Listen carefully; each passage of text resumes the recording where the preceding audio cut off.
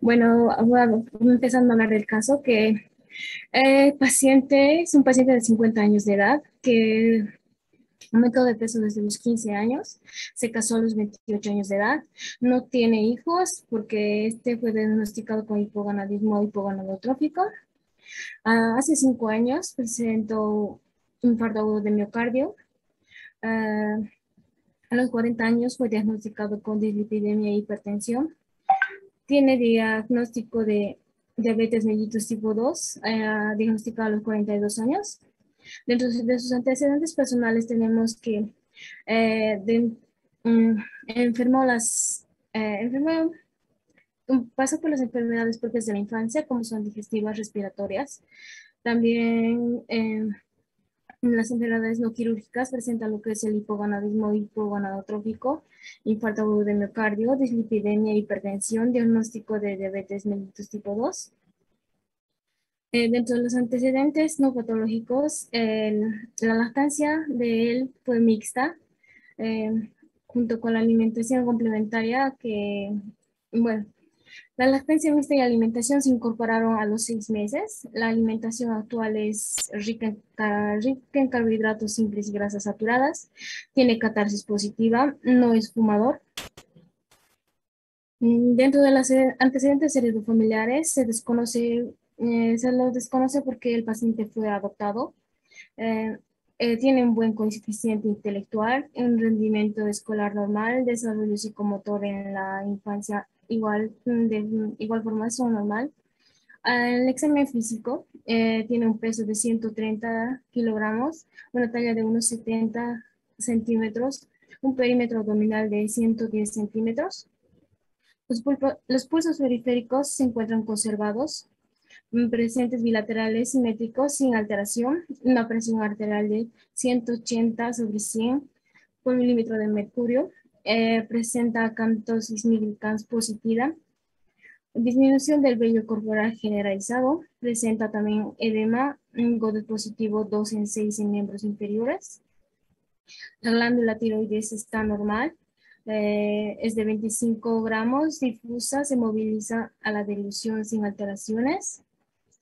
En el tórax presenta ginecomastia bilateral a expensas de tejido celular subcutáneo con leve galactorrea. A la semiología del aparato respiratorio tiene murmullo vesicular conservado, no hay ruidos patológicos sobreagregados, no hay nada a nivel pulmonar. A semiología cardíaca tenemos R1, R2 positivos, regulares y rítmicos, silencios simples, no hay nada a nivel cardiovascular. En el abdomen es plano, mm, es plano depresible. La distribución de la grasa corporal es androgénica. La semiología digestiva presenta cuadros de constipación seguidos de despeños diarreicos en el abdomen ruidos y diarreos positivos. A la palpación del hígado aumentado de tamaño con 2 traveses de dedo por debajo del recuerdo costal. Dentro del examen físico de la parte gonadal tenemos testículos disminuidos de tamaño, micropene con prepucio redundante, varicocele en ambos testículos, escasa cantidad de vello de tipo ginecoide. En las extremidades, en los miembros inferiores vamos a poder encontrar lo que son las varices en ambos miembros, estrías blanquecinas, en sí, estrías blanquecinas blanco-nacaradas. El paciente se queja frecuentemente de dolores con sensación de ardor en miembros inferiores. Los reflejos se encuentran conservados y la sensibilidad también se encuentra conservada.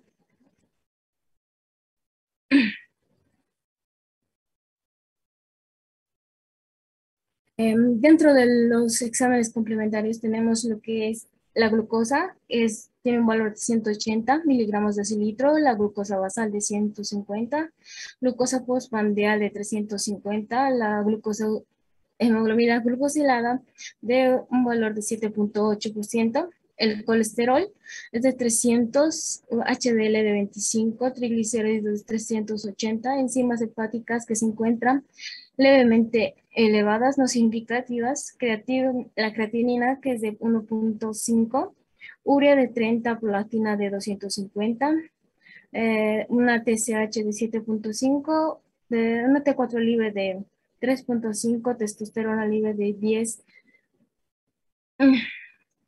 nanogramos por decilitro. La LDH es de una unidad diferencial por litro. La FSH es de 0,5. Tenemos el ácido úrico de 7.5 miligramos de decilitro. En los estudios de gabinete tenemos una ecografía abdominal donde se presenta el hígado graso con esteatosis hepática grado 2, ecografía mamaria. La glándula mamaria se encuentra desarrollada con tejido celular subcutáneo abundante. En la resonancia magnética tenemos un adenoma que desvía el tallo hipotálamo hipoficiario a la derecha y mide 12 milímetros. Dentro de los diagnósticos tenemos el primero, que es la obesidad mórbida, que esta la diagnosticamos midiendo el índice de masa, calculando el índice de masa corporal, que es peso por talla cuadrado. Obtenemos un resultado de 44.98, clasificándolo como una obesidad de grado 3, obesidad mórbida. También medimos la circunferencia de la cintura, dándonos un resultado de 110 centímetros, que es un que es un valor muy elevado, que nos va a decir sobre la distribución de grasa abdominal, de tipo abdominal, de distribución abdominal, que según la OMS en los hombres solo debería ser de 102 centímetros. Esta obesidad es un factor de riesgo que nos va a llevar a... Es un factor de riesgo para las enfermedades como la diabetes tipo 2, el colesterol, la hipertensión, elevación de triglicéridos, problemas cardíacos, tener problemas de sueño como el apnea, el síndrome metabólico. Eh, Nosotros queremos tratar al paciente en primer lugar con una dieta hipocalórica, con restringir calorías de 500 a 1000 calorías diarias con la finalidad de alcanzar reducciones de medio kilo a 1 kilo semanalmente. También le vamos a recomendar la actividad física, que inicie con sesiones de ejercicio de intensidad moderada y que va a ir evolucionando hasta una intensidad alta, que tiene que llegar a alcanzar unos 150 minutos semanales. Si esto, si a pesar de que hemos modificado los hábitos de paciente y no se ha logrado una reducción de al menos un 5% del peso corporal en 3 meses, vamos a recurrir al tratamiento farmacológico.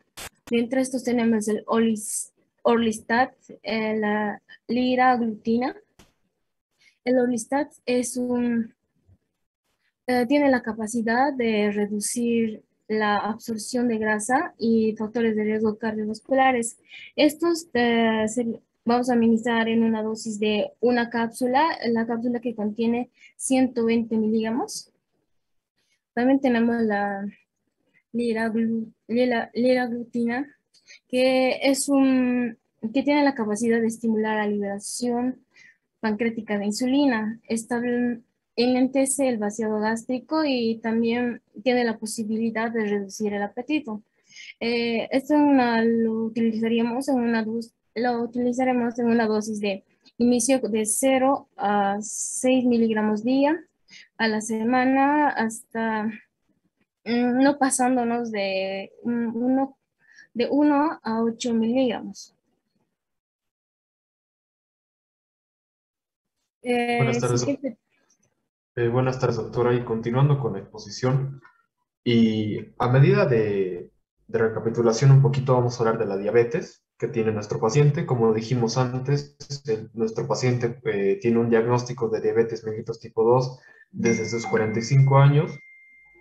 Y vamos a ir repasando un poquito los factores de riesgo y un poco la clínica de nuestro paciente. Nuestro paciente tiene un sobrepeso, tiene un índice de masa corporal de 44.98. Además, es mayor de 40 años de edad, en este caso, tiene 45 años. También tiene presión arterial elevada, con un nivel de 180 sobre 100. Tiene un nivel de lipoproteínas de alta densidad que comúnmente se llama del colesterol bueno, muy bajo, y tiene un nivel alto de triglicéridos. Además que el paciente, nuestro paciente no mantiene una actividad física constante y además tiene acantosis nigricans, que son zonas oscurecidas en la piel y aparte son un poco más engrosadas y aterciopeladas alrededor del cuello y las axilas. Dentro de los exámenes complementarios que lo confirman estos diagnósticos, tenemos la glucosa en ayunas, la glucosa actual del paciente y la hemoglobina glicosilada, en los cuales la glucosa postprandial del paciente está en un nivel de 350 miligramos por decilitro.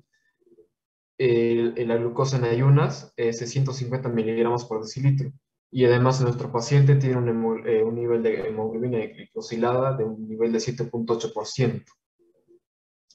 Dentro del tratamiento de su patología, como sabemos, esta es una patología crónica que no tiene una cura específica, sí solamente tiene un control, dentro del cual primero nosotros sugerimos a nuestro paciente ir por fases, primero haciendo un control de la diabetes, teniendo un cambio del hábito constitucional, teniendo un cambio en la alimentación, en cambio en el hábito de actividad física, y ya si es que estas medidas no llegaran a hacer efecto, iríamos al tratamiento medicamentoso.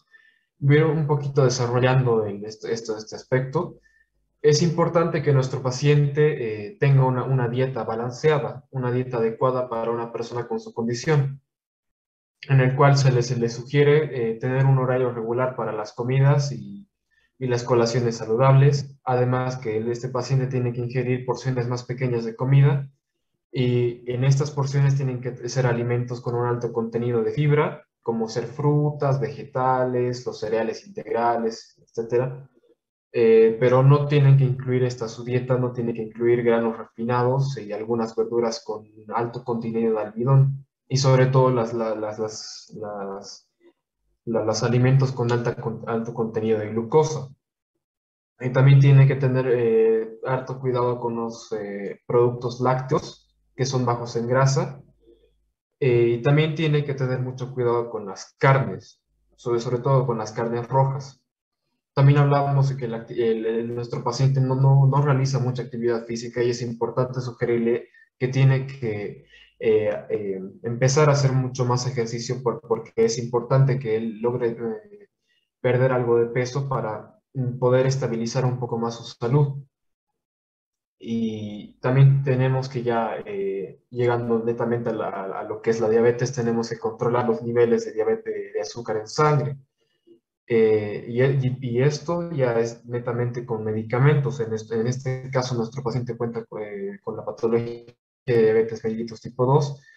eh, y si ya no se logra con el ejercicio y con la dieta, no se logra controlar esto, ya iríamos dentro de los medicamentos, en los cuales nos encontramos la metformina, que podríamos dar alrededor de 1.000 miligramos por día a nuestro paciente.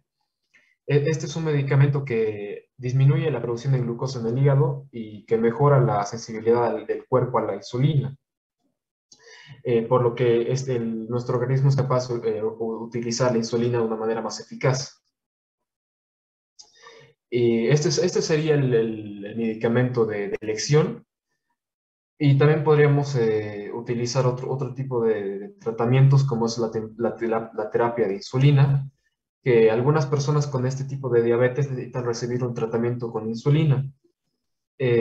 Anteriormente, este tratamiento se utilizaba como último recurso, pero gracias a sus ventajas en estos últimos años, actualmente se puede recetar mucho antes si los objetivos de glucosa sanguínea no se alcanzan con los cambios de estilo de vida y otros medicamentos. Y también se podría recurrir en este caso a una cirugía para bajar de peso si es que la dieta y el ejercicio no son eficaces. Eh, con esa cirugía se cambia la forma y la función del sistema digestivo. Y también esta cirugía puede ser efectiva para ayudar a perder peso y a controlar la diabetes tipo 2 y algunas otras afecciones relacionadas con la obesidad que ya mencionó mi compañera previamente. Esta cirugía es como una parte simplemente del plan, del esquema total para bajar de peso de nuestro paciente. Y esta cirugía es netamente específica y recomendada para este tipo de pacientes y que tengan un índice de masa corporal igual o mayor a 35, de valor de 35. Y además, complementando todo esto, es necesario también tener informado a nuestro paciente y hablarle sobre todo sobre las ventajas, las desventajas y sobre su condición, que explicarle sobre todo que esta es una enfermedad con la que va a tener que convivir toda su vida y que por tanto tiene que adaptar su estilo de vida en torno a su enfermedad. Y siguiendo con el otro de los diagnósticos a los que hemos llegado, nuestro paciente también estaría cursando por un episodio de nefropatía diabética, porque también hemos llegado a la conclusión de que nuestro paciente estaría cursando por una insuficiencia renal crónica, que es secundaria a la otra patología de diabetes mellitus tipo 2. Este cuadro puede presentarse a consecuencia de una hiperalbuminemia que conlleva una hipertensión portal y posteriormente una insuficiencia renal, como es este caso. También puede presentarse una hipertensión arterial sistémica, la cual también presenta previamente el paciente escrito, pero este no es el caso.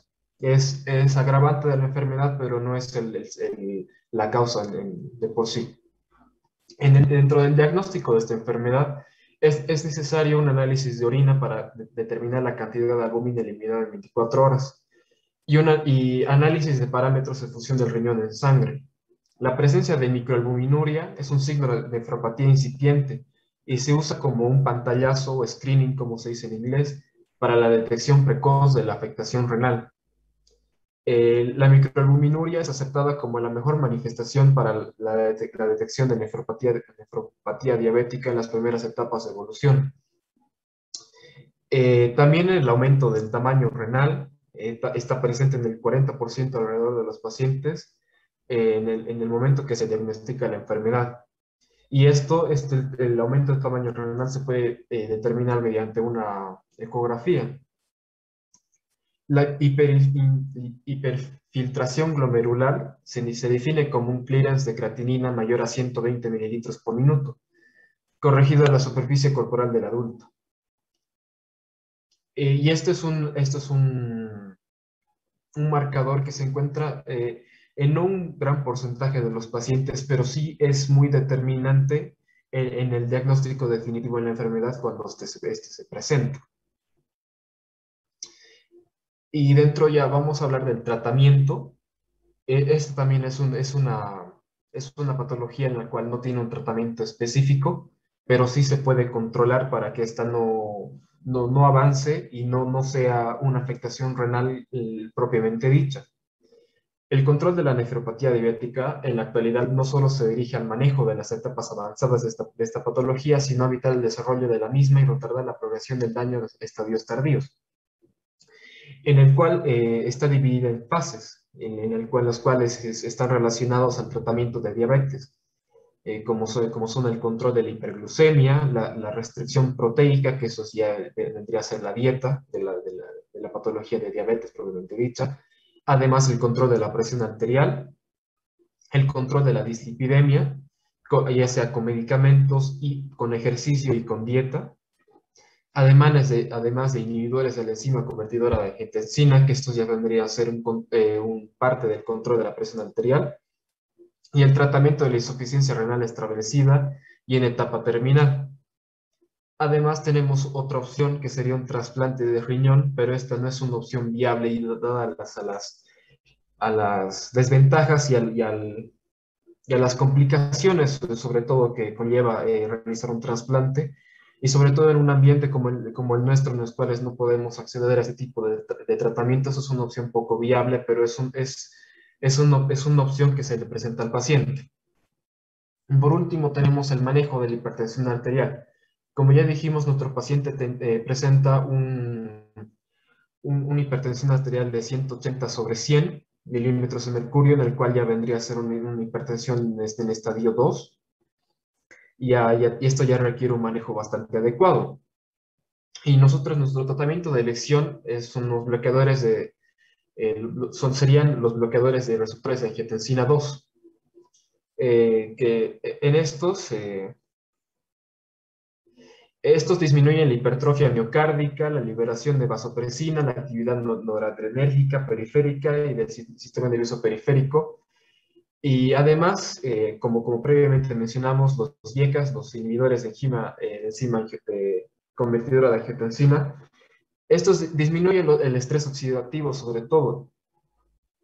Y los ARA2, como se los llama, tendría una ventaja adicional en el proceso de arteriosclerosis y enfermedad cardiovascular que nuestro paciente también presenta. Cuando se utilizan en pacientes hipertensos con síndrome de resistencia a la insulina, porque estarían actuando por dos vías diferentes. Eh, Además que esta va a disminuir la resistencia a la insulina, la dislipidemia y la inflamación. Dentro de este tipo de medicamentos tenemos al irbesartán, que la dosis adecuada para nuestro paciente sería unos 75 miligramos antes o después del almuerzo, más otro medicamento que es el nifepedino, que en este es una dosis de 20 miligramos. Se ha demostrado que con el uso de nifepidino de acción prolongada se disminuye en mayor proporción en la progresión de engrosamiento de la pared de la arteria, correlacionando con la disminución de la morbilidad del paciente hipertenso. Y además un tratamiento complementario, que es nuestro paciente que presenta síndrome metabólico, es importante que junto a este tratamiento se sugiera un plan dietético, como ya nosotros dijimos previamente, en el cual nosotros tenemos que adaptar y trazar una meta de valor energético al día, que más o menos por día a nuestro paciente debería estar ingiriendo un 15 a 20% de proteínas en sus comidas, en los cuales tienen que ser 50% de origen vegetal y 50% de origen animal. Y también tenemos que tener mucho cuidado con la ingesta de lípidos de nuestro paciente, en las cuales tenemos que administrar la menor cantidad de grasas saturadas posibles, menor al 7% se recomienda, pero es dependiendo al paciente y a la tolerancia que tenga nuestro paciente. Y sobre todo en la administración de hidratos de carbono, que es como el- la principal comida que va a estar ingiriendo nuestro paciente, que más o menos se calcula un 50-60% de la cantidad de energía que vamos a estar aportando a nuestro paciente. Y en esto se debe tomar en cuenta tanto la calidad y la cantidad de estos mismos.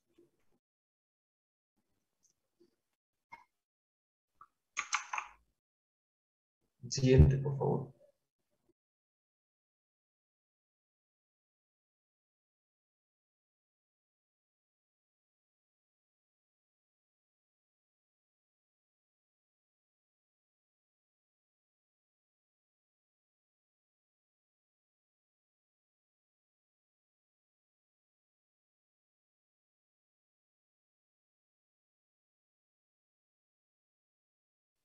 Que continúe, por favor, Jimena.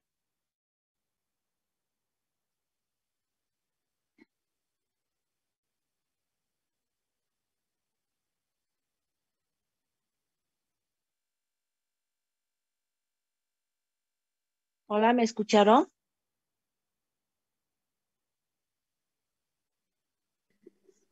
Buenas tardes, doctora. Creo que mi compañera no se salió por su internet. Vamos a continuar con el otro diagnóstico, que viene a ser el hipogonadismo hipogonadotrófico. Y bien, pues el diagnóstico de este se basa en los síntomas y signos que presenta nuestro paciente. A ver, un segundito, por favor. Al azar vamos a escoger. Ana.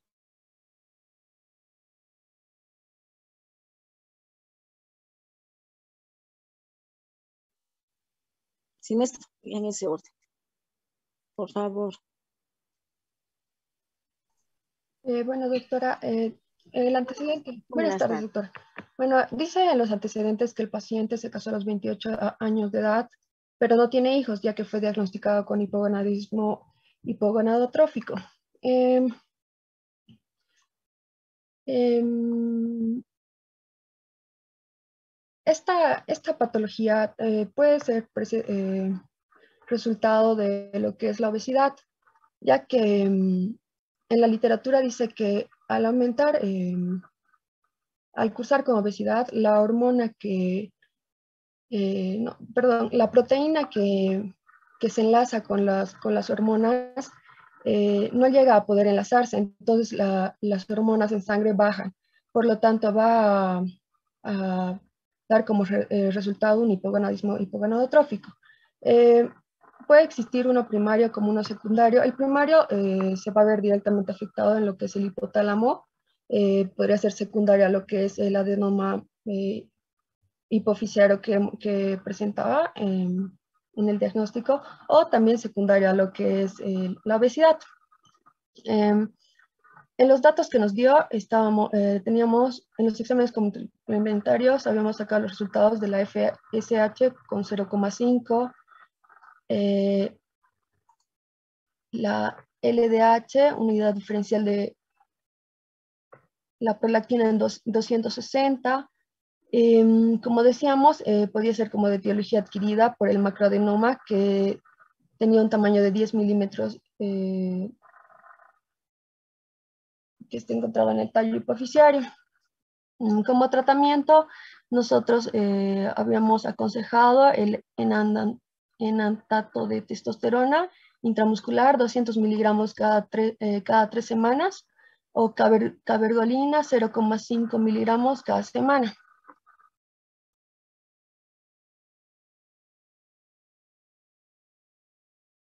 Disculpe, ¿con cuánto de prolactina? La prolactina estaba en 250. Y con un macroadenoma, ¿creen que les va a alcanzar 0,5 de cabergolina? Pudiendo llegar a una dosis de 4,7 máxima dosis, doctora. Pero ¿qué dosis ustedes le van a recomendar a su paciente? Estamos frente al paciente, no pudiendo. Les voy a repetir, ustedes tienen que plantear. Me dirán 2 miligramos o 0,5 3 veces por semana, 0,5 2 veces por semana, 1 miligramo 2 veces por semana o 3 veces por semana, que es lo máximo que dan, pero, o sea, por días, digo, ¿no? En general damos 2 veces por semana. ¿Cuánto le van a dar? Con 0,5 no le alcanza.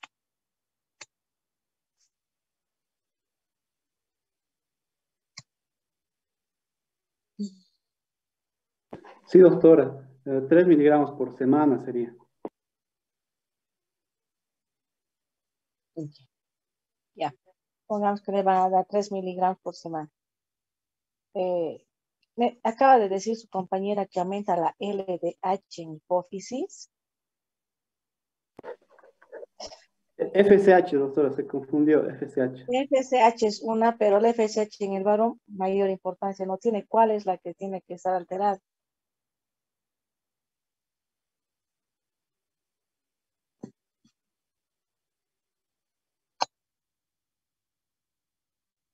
El FSH va a actuar en gónadas para la producción de espermatozoides, básicamente líquido seminal.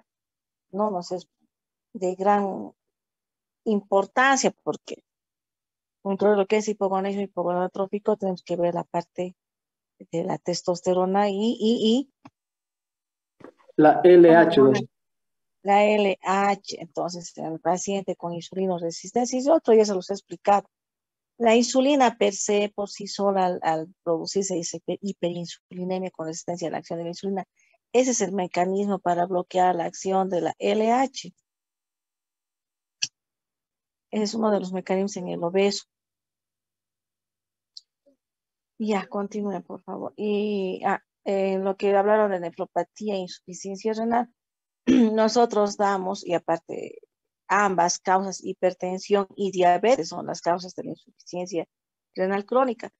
La nefropatía pasa a ser pues ya secundaria porque estamos frente a una falla renal.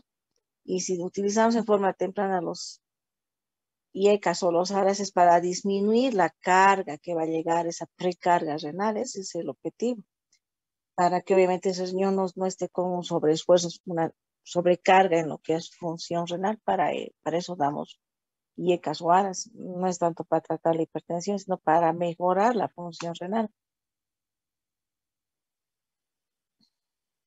No sé si han mencionado las estatinas como tratamiento en falla renal. No he prestado atención.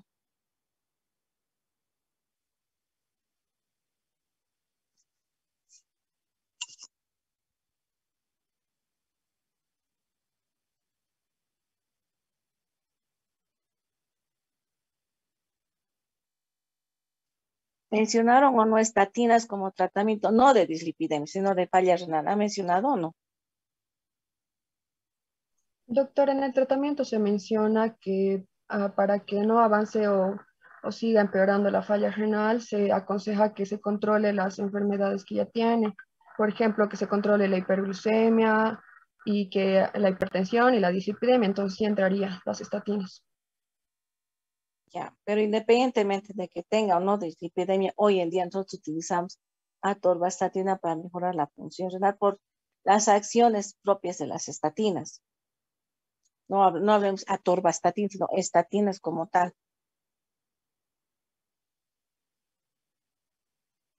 En el tratamiento de diabetes han mencionado incretinas.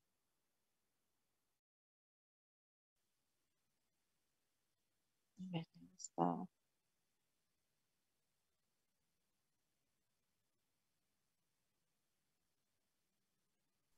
Doctora, sí está la gliptina.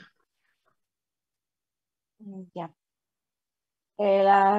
Mencionaron también la metformina. ¿Cuál es el mecanismo de acción de la metformina y de la sitagliptina?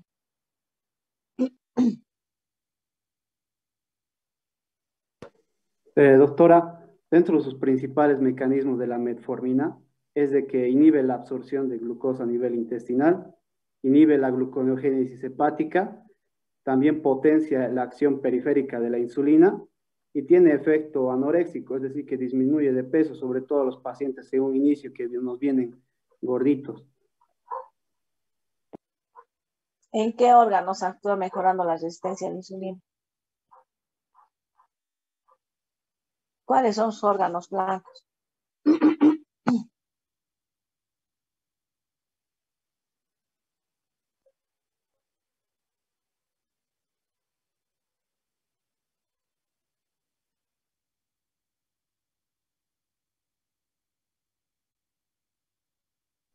El hígado, riñón y el intestino, doctor.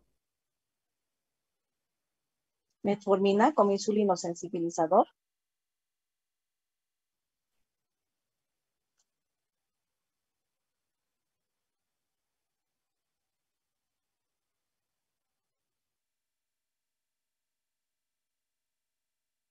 En la parte hepática, doctora, ya que Son las biguanidas y las glitazonas. Las biguanidas, estamos hablando de la metformina, y las glitazonas, bueno, la única que está en mercado ahora que es la rosiglitazona. La pio prácticamente ya no contamos. Pero ¿cuáles son perdón, la pioglitazona, la que tenemos en mercado, y la rosiglitazona prácticamente ya no contamos con la misma, con el Piomet, que es el nombre comercial, pues se suelen dar ambos, solemos dar ambos combinados. Pioglitazona y metformina suelen venir en esa combinación o pueden venir separados.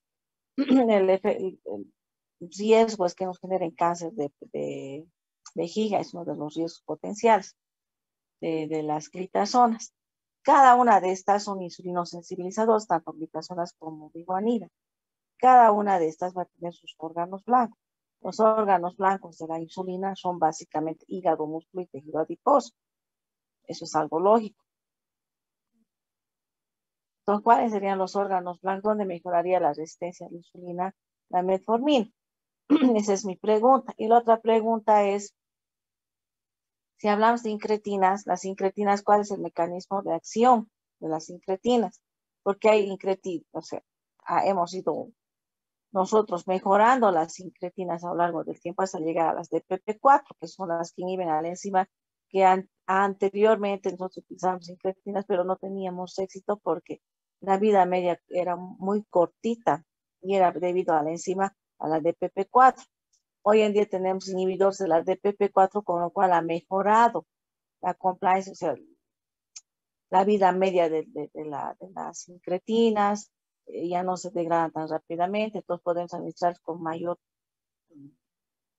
facilidad o como, por decirlo en otras palabras, pero hemos mejorado esa acción, estas vidas medias, al inhibir a la DPP4. Entonces mi pregunta es, Las- ¿dónde actúan estos dos medicamentos y cómo cumplirían su función? ¿Y cuál es doctora, la hormona que actúa a nivel de la LH, perdón, la LH, dónde actúa específicamente para producir testosterona? Porque esa es la duda que creo que les ha quedado a ustedes o no les ha quedado claro.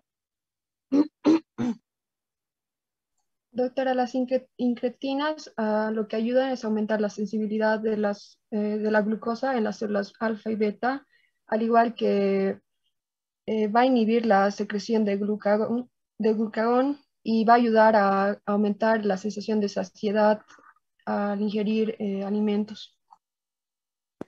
También ayuda a preservar la masa del páncreas, doctora, y también contribuye con el estado depresivo del paciente también. Y como dice mi compañera, disminuye el apetito.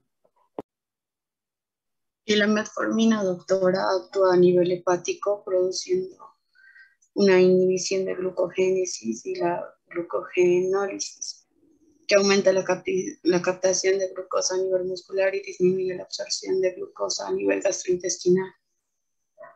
Entonces las incretinas actúan básicamente, como usted ha dicho, no sobre la glucosa, no sobre la insulina, a las células alfa y las beta. En las alfa preserva y disminuye la apoptosis de esas células. Entonces preserva la masa como tal de las células beta. Actúan las otras para disminuir la producción de glucagón en esa acción. A nivel periférico actúa mejorando, disminuye la resistencia a la insulina. También actúa a nivel intestinal, disminuyendo la absorción de carbohidratos. No todos, pero sí tienen esa acción. Actúan a nivel central, básicamente en el núcleo de saciedad, estimulando el mismo para producir saciedad. Disminuyen, por lo tanto, el peso. Es a grandes rasgos las acciones de estas, o sea, no está al detalle. Ya, han hablado de la liraglutide para el tratamiento de obesidad. Entonces, ¿cuál sería el mecanismo de acción de esta? Ustedes han mencionado el tratamiento. ¿Y por qué no mantendrían la misma como tratamiento de diabetes? ¿Y para qué cambiar la sitagliptina si ya está tomando lo otro?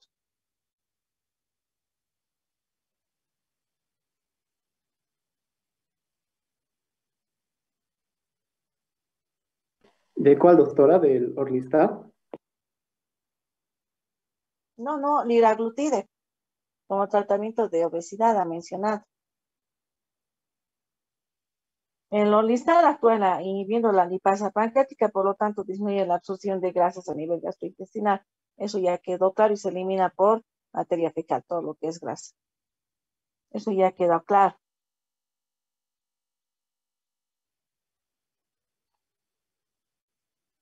Ahí con el orlistat, el otro que les quería preguntar, porque ese es el error que cometen todos. ¿Cuál es el esquema de tratamiento adecuado? Porque es un error común de encontrar.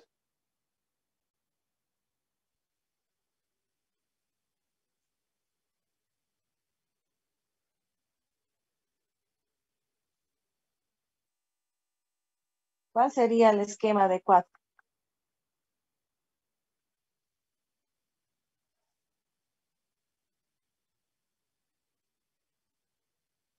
Doctora, ¿qué medicamento dijo? El orlistat.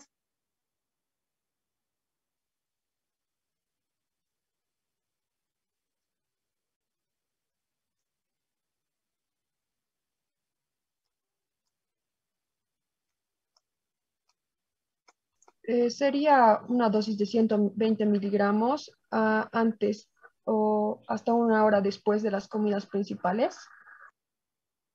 Entonces, ¿cuántas veces al día van a administrar o van a indicar? 3 veces, doctora. Eso es lo correcto. Ya yo no sé por qué muchos colegas, sobre todo los internistas, algunos endocrinólogos también, y nutricionistas indican solo cuando va a comer grasa. Graso error. Si se indica para bajar de peso, la indicación formal es con las comidas principales. Sí o sí se tiene que administrar de esa forma para que cumpla su acción. Creo que la administran de la otra forma por el costo que tiene, pero está mal indicado. Es mejor no indicarla. Sí, eso que les quede bien claro. Em, ¿Qué más en este paciente? ¿Calcio bajo?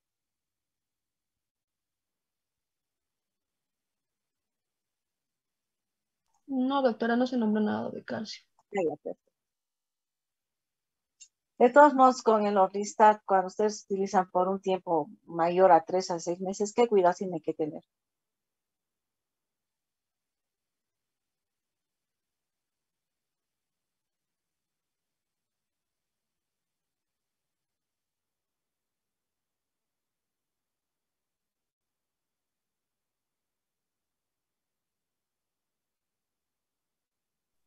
Tal vez la suplementación de vitaminas liposolubles, doctora, porque según la literatura también habla de que el órbica produce una mala absorción de esto. Y a largo plazo, obviamente, las reservas se van a ver perjudicadas. Entonces, ¿qué vitaminas van a reemplazar? La A, la K, la C, la D. La A, La A, la D, la E, la K. la K es liposoluble. Me voy a sacar de mi gimnasia. Ahorita voy a ver, chicos. Sí, Que yo sepa, la K es hidro. Pero bueno, voy a salir de mi duda.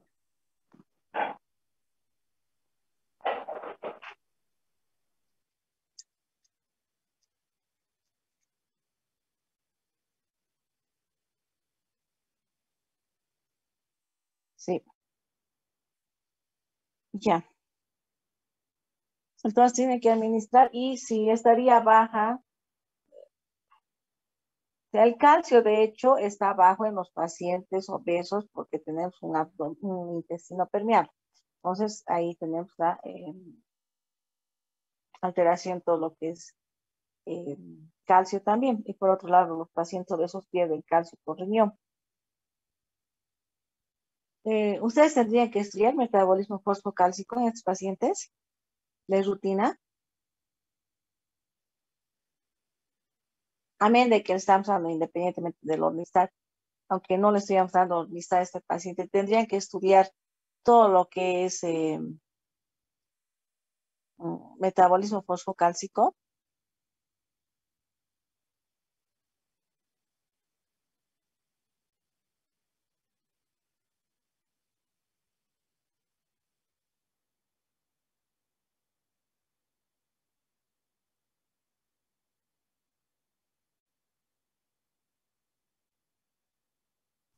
Sí, doctora, porque aparte la obesidad nos da también lo que es el síndrome de mala absorción. Entonces, ¿qué van a dosar de rutina en el seguimiento de estos pacientes?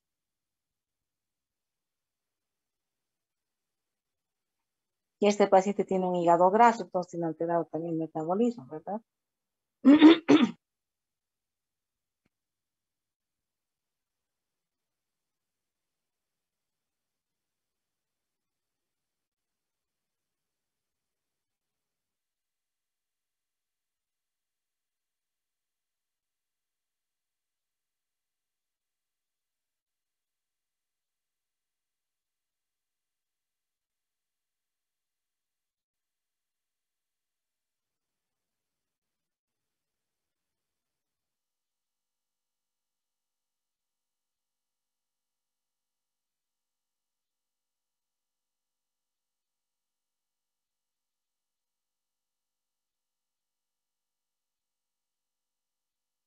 ¿Qué van a estudiar? En la rutina, una rutina normal. En general, doctora, o simplemente específico lo último que Lo nos que es nombró. fosfocálcico. Cuando viene mi paciente obeso o diabético, hacemos un laboratorio de rutina nosotros, que se piden todos. Estamos hablando de endocrinología. Ah, entonces sería hemoglobina No, glicosilada. eso ya está. En el metabolismo fosfocálcico, ¿qué van a solicitar para evaluar metabolismo fosfocálcico? Paciente con hígado graso, tenemos un intestino permeable, a este paciente le han dado enzima o como tratamiento Orlistat. Entonces, ¿qué van a evaluar? ¿Qué van a solicitar en el dosaje?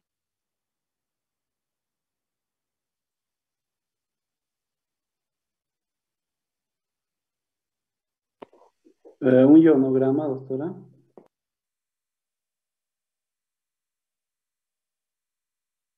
¿En qué les va a ayudar sodio y potasio y cloro para El nivel para fosfocálcico? hormonas, doctora.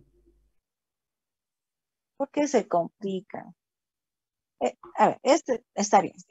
Vamos a ir por partes. Si no estaría con falla renal, no es suficiente dosar un calcio, que puede ser un sérico, un iónico, y una vitamina D, que si usted me acaban de dar la respuesta, está tomando Orlistat, interfiere con la vitamina D, dosaremos vitamina D3. ¿Dónde se activa la vitamina D?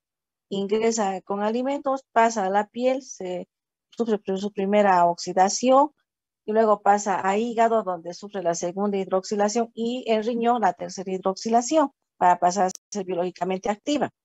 Entonces tengo que cuidar hígado y riñón. Piel, obviamente, ahora con todo lo que utilizan protectores solares y demás, y no hay tanta exposición al sol, pues estamos todos con deficiencia de vitamina D desde que hay cuarentena. Pero bueno, si este paciente tiene falla renal, o perdón, una esteatosis hepática, se supone que ya está alterado todo ese metabolismo. Entonces tendría que estudiar vitamina D3.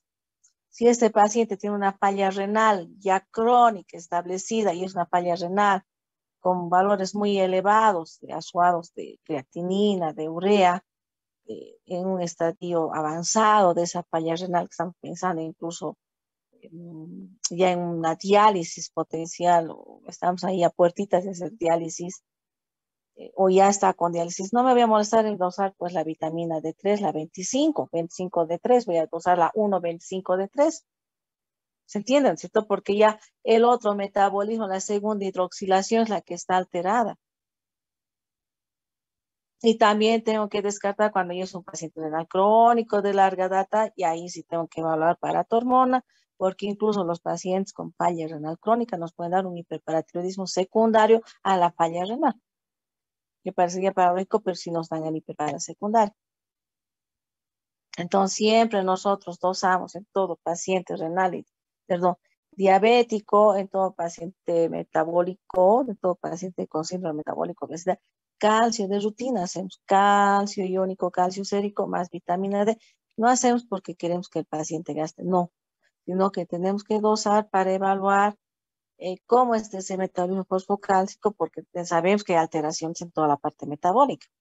Renal crónico, ya no pierdo mi tiempo, veo si es un renal crónico y los estadios en los que está, pues ahí me ubicaré, dosaré ya no la vitamina D3, sino la 1,25, porque puede ser que el hígado esté conservado, que no tenga falla hepática, va a seguir metabolizando vitamina D3, pero no va a metabolizar el 1,25 porque no tengo la otra oxidación a nivel renal, o sea, no va a haber ese paso. Y en el tratamiento también va a cambiar. Si el paciente tiene suficiente cantidad de calcitriol, que es 1,25, perdón, tiene una deficiencia de vitamina D general, y sé que es un paciente renal crónico, no me voy a molestar en darle la vitamina D3, que la que utilizamos, el Deblax y demás que tenemos ahora en el mercado, sino que le tengo que dar pues el calcitriol, que es la 1,25. Entonces cambian por eso las evaluaciones de los pacientes. Por eso es que vamos evaluando, pues este ejercicio mental que ustedes tienen que hacer. Este caso clínico era un ejercicio mental para 2 semanas que han tenido. Ustedes deberían haberme revolcado con su caso clínico. Tendrían que haberme hecho, perdón la expresión, charque con su caso clínico y explicarme y enseñarme todo antes de 2 semanas para hacer uno solo. Sus otros compañeros han hecho 2 casos clínicos, 1 por semana. Ya. Ahora ustedes pregúntenme alguna duda que tengan. Y doctora, en este caso, ¿a qué se debería secundaria las patologías que se han ido presentando? ¿A la obesidad o al adenoma hipofisiario? Porque a lo que leí, el adenoma hipofisiario tiene mucho tiempo de evolución porque crece muy poquito cada año.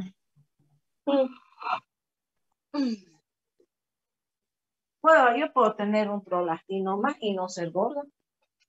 ¿Cuál sería el problema? Que me dé el hipogonadismo por el aumento del tamaño, pues por el tiempo que ha tenido, hasta que crezca y comprima el tallo y hasta que provoque ese tamaño para generar inhibición de las hormonas gonadales, lleva su tiempo, ¿verdad? Y puede ser que el paciente se puso obeso antes y que no necesariamente se hace con. ¿Sí? ¿Hola? Entonces, ¿el hipogonadismo sería secundario a la obesidad, doctora? Un segundito, por favor. ¿Con quién? ¿No? Sí, con él. Va a llegar el secretario. Enseguida le llamo para que le hable. Ya, por favor, un segundito. Gracias. Van a disculpar, lo que pasa es que es mi hora de consulta. A ver, hay que ubicarse en el contexto del paciente. Yo, por ejemplo, tengo hipotiroidismo. Yo, personalmente estoy hablando. Tengo hipotiroidismo, tengo una tiroiditis crónica de Hash, franca. Pero tengo autoinmunidad también para Graves, entonces todavía no he ido al hipo, definitivamente. Entonces hay épocas en las que paso de aumento de peso, pérdida de peso, dependiendo cómo juega mi inmunidad, mi autoinmunidad. Entonces, en esos momentos de aumento de peso, cuando mi autoinmunidad me lleva hacia el hipo, porque hace esas cosas, mi tiroides hasta que se agote, hay que tener paciencia. Aumento de peso, obviamente con tejido adiposo. Entonces, en ese momento, cuando yo hago mis dosajes de laboratorio, muchas veces he encontrado en mi persona resistencia a la insulina. Sin ser suficiente, no, sin ser gorda ni obesa, con un sobrepeso leve. Y en los momentos en los que prima la parte de los otros anticuerpos, que me voy al otro extremo, que pierde también mucho peso, obviamente esa insulina resistencia a veces persiste, mantiene, no es que se va definitivamente, persiste, ¿sí? Entonces tenemos que ubicar siempre en el contexto del paciente, no en medicina no hay 1 más 1, 2, en medicina cada paciente es individual. Ahora, ustedes me preguntan, secundario, ¿a qué es el hipogonadismo? ¿Esa es su duda?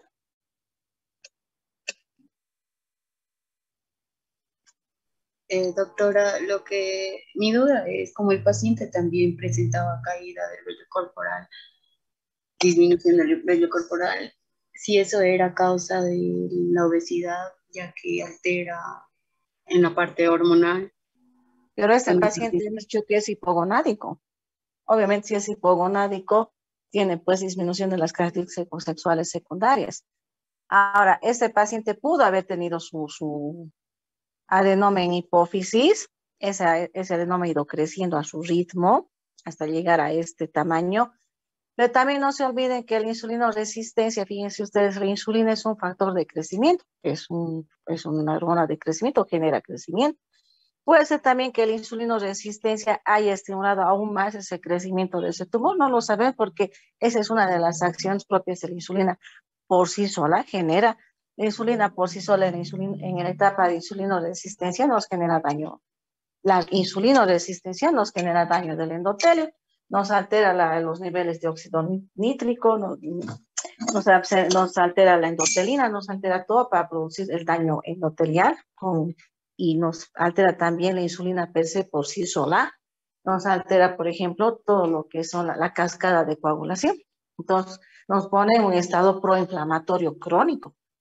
Pero además, esa insulina es un factor de crecimiento. Puede ser que esa misma insulinoresistencia en el contexto de este paciente obeso nos haya generado el crecimiento del tumor, nos haya empeorado el cuadro clínico de ese tumor. Entonces, los dos cuadros confabulan muy bien, es una confabulación acá tanto del adenoma como de la insulinoresistencia secundaria a la obesidad, como consecuencia de la obesidad, para llevarnos a lo que es este hipogonadismo hipogonadotrófico. No se ven también los conceptos actuales. Tenemos nosotros el obeso metabólicamente sano y el paciente delgado metabólicamente enfermo. Todo esto va a depender de la distribución del tejido adiposo, la masa muscular, la actividad física que hace el paciente. Puedo estar obesa y ser metabólicamente sana perfectamente. Y eso está demostrado y es el estudio más grande que se ha hecho con los humos en Japón. Entonces, hay que tomar en cuenta, pues siempre hay que meterse en el contexto del paciente, en todo lo que es medicina. Está bien, están los libros, están los esquemas, están los consensos, está todo eso nos va a orientar. Pero nosotros en cada paciente tenemos que ir hilando finito. Cada paciente es una cajita de Pandora donde ustedes van a encontrar datos, tienen que estudiarlo, por eso les vuelvo a repetir, en endocrinología somos, creo que es una de las ramas donde más preguntan, somos un poco más los detectives del paciente, porque tenemos que ir preguntando cada etapa, desde que nace, no, desde el embarazo, desde que ha sido concebido. Ojalá pudiéramos nosotros conseguir todos los datos desde el momento de su concepción al paciente y evaluarlo todo a lo largo de su vida para llegar a una conclusión exacta de las etiologías, de los cuadros clínicos, porque me estás pidiendo que yo te diga qué es primero, el huevo o la gallina, el huevo. No lo sé. No sé qué ha sido primero, si el huevo o la gallina. Si seguimos en discusión hasta ahora, miren cuántos miles de años estamos discutiendo aquello, es lo mismo acá. Yo no sé si el paciente tuvo primero el tumor, porque yo me hice el estudio, y si tuvo el tumor, probablemente también haya confabulado a repetir la insulinoresistencia, o empezó primero con la insulinoresistencia y luego se presentó ahí el adenoma adiposo. Me estás pidiendo que adivine por qué yo no le hice estudios al paciente antes. Si hubiera llegado antes con el paciente y le hubiera hecho los estudios en forma oportuna en su momento, te hubiera podido decir, sí, no, este paciente empezó con este tumor hace 20 años, luego engordó y ahí tenemos, bueno, como resultado lo otro. Yo no tengo esos datos a ciencia cierta. Ahora, si queremos, podemos inventarlos. Podemos poner que se le hizo una resonancia a este paciente hace 20 años y ahí se demostró que tenía el tumor y ahí sería secundario todo lo del hipogonadismo hipogonadotrófico al macroprolactinoma, y ese macroprolactinoma nos va a generar ese hipogonadismo hipogonadotrófico como los pacientes, como los eunucos que ustedes ven cuando que los castran.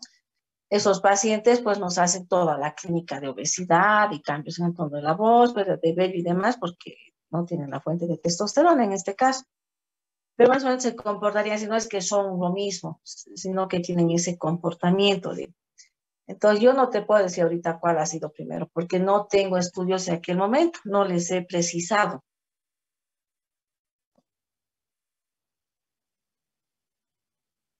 ¿Alguna otra duda que tenga?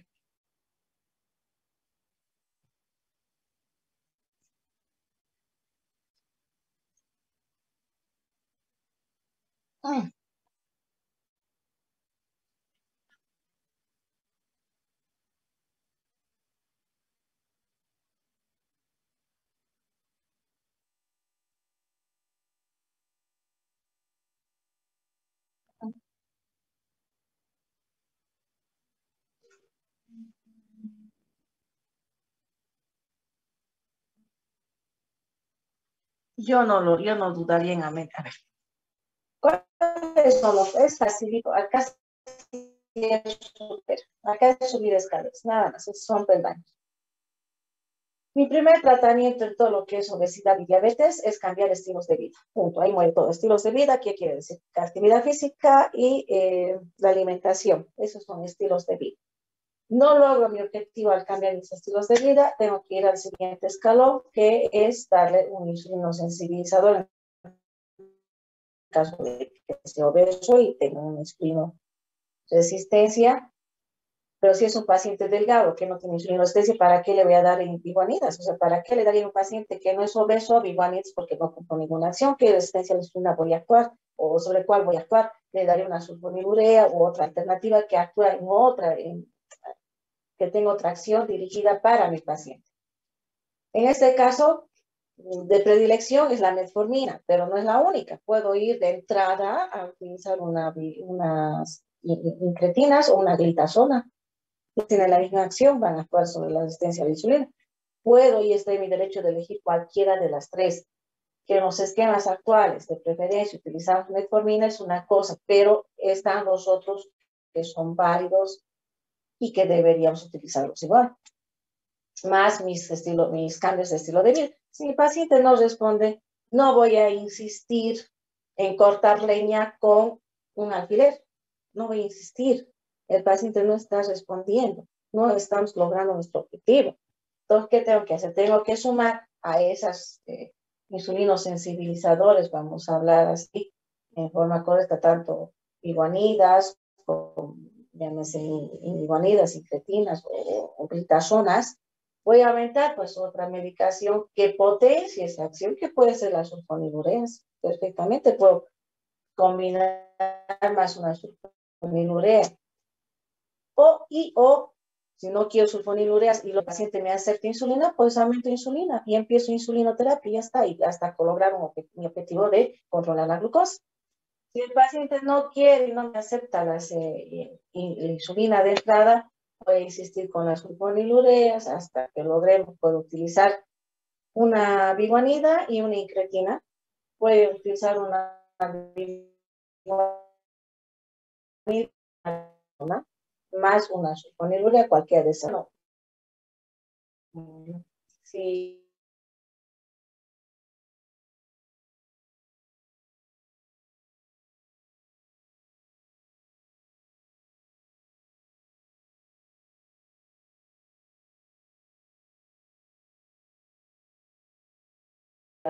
No en forma consensuada con usted.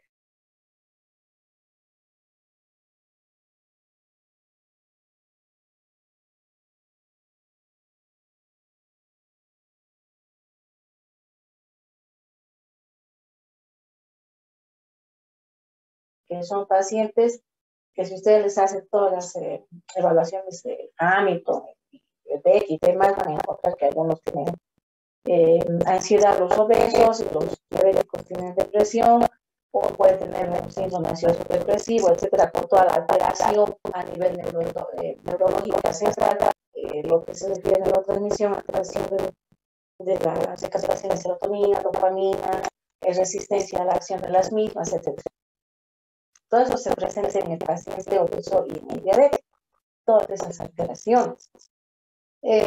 Entonces, tengo que hablar y conversar con mi paciente. En este momento conversamos y llegamos a un acuerdo de los dos, pero si yo veo que no va el control y mi paciente se me está escapando de las manos, pues voy a tener que tomar decisiones en forma unilateral, lamentablemente, pero siempre explicándole a mi paciente que si no hago esto, él va a continuar deteriorándose. Entonces, para que él se convenza, para que nos acepte nuestro medio, porque afuera ustedes salen, los pacientes de mente más abierta y les van a aceptar de entrada probablemente insulina.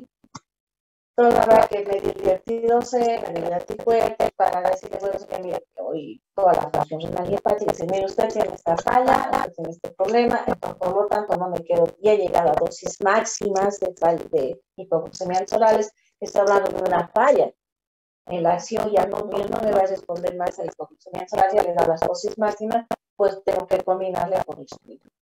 Si le aumentaré insulina en tu esquema, quitaré probablemente sulfonilureas y me quedaré con un sensibilizador que me puede toda la parte metabólica. Pero eso es que no se duda.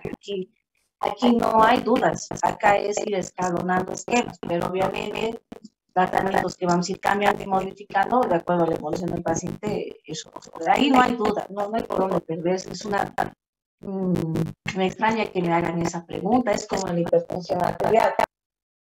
Que ha mencionado, es un paciente hipertenso renal crónico. En insuficiencia renal crónica, no queda duda, utilizamos ARAS o ECAS más bloqueadores de canales de calcio, como nifedipino. Eso ya no hay duda, porque tenemos que actuar en todo lo que sea evitar sobrecargas al riñón. O sea, no hay dudas, tenemos que ver la forma de mejorar funciones. Por eso acá están llegando. Les vuelvo a repetir, la endocrinología es llegar a la homeostasis, al equilibrio del cuerpo. Y si queremos equilibrio, tampoco forzamos las cosas, sino tenemos que tratar de llegar a un equilibrio de la forma más fisiológica posible. Entonces hay que entender desde el concepto de endocrinología para llegar a sus pacientes. Usted no puede dejar a un paciente con glucosa alta permanentemente por no escalar un tratamiento. Tienen que ir subiendo, tienen que ir aumentando. Usted el tiempo que mantenga mayor tiempo de hemoglobinas glicadas altas, está produciendo un daño a nivel del endotelio. Es un daño microvascular que no van a revertir tan rápidamente, les va a llevar su tiempo de revertir o mantenerlo por lo menos ahí. Ahí no hay dudas, ahí no hay por dónde perderse. Les vuelvo a repetir, estos son ejercicios mentales que ustedes tienen que hacer. Y muchas veces yo les voy a pasar, porque les tenemos que hacer trampa para que ustedes piensen. Muchas veces me voy a equivocar incluso en los exámenes a propósito para ponerles esto. ¿Me entienden? Pero es una equivocación voluntaria que nosotros hacemos para que ustedes se den cuenta de lo que tenemos.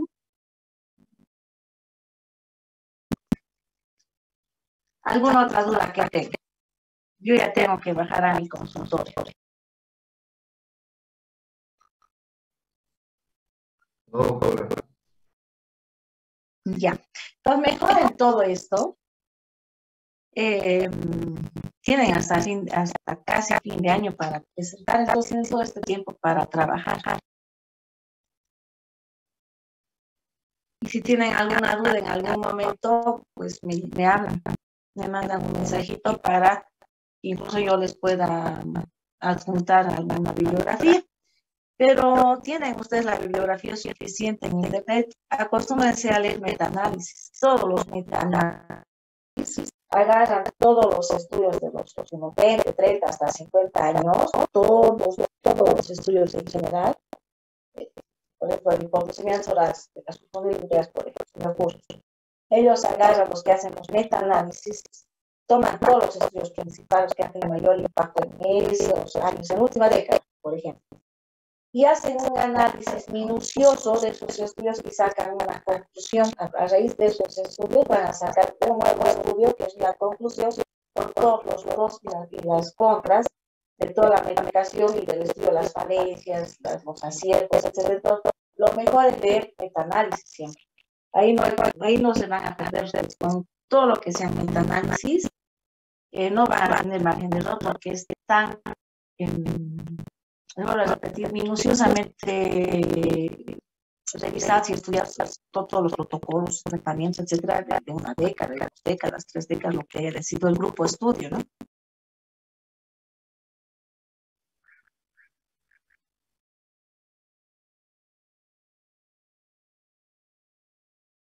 ¿Ya? ¿Alguna otra duda?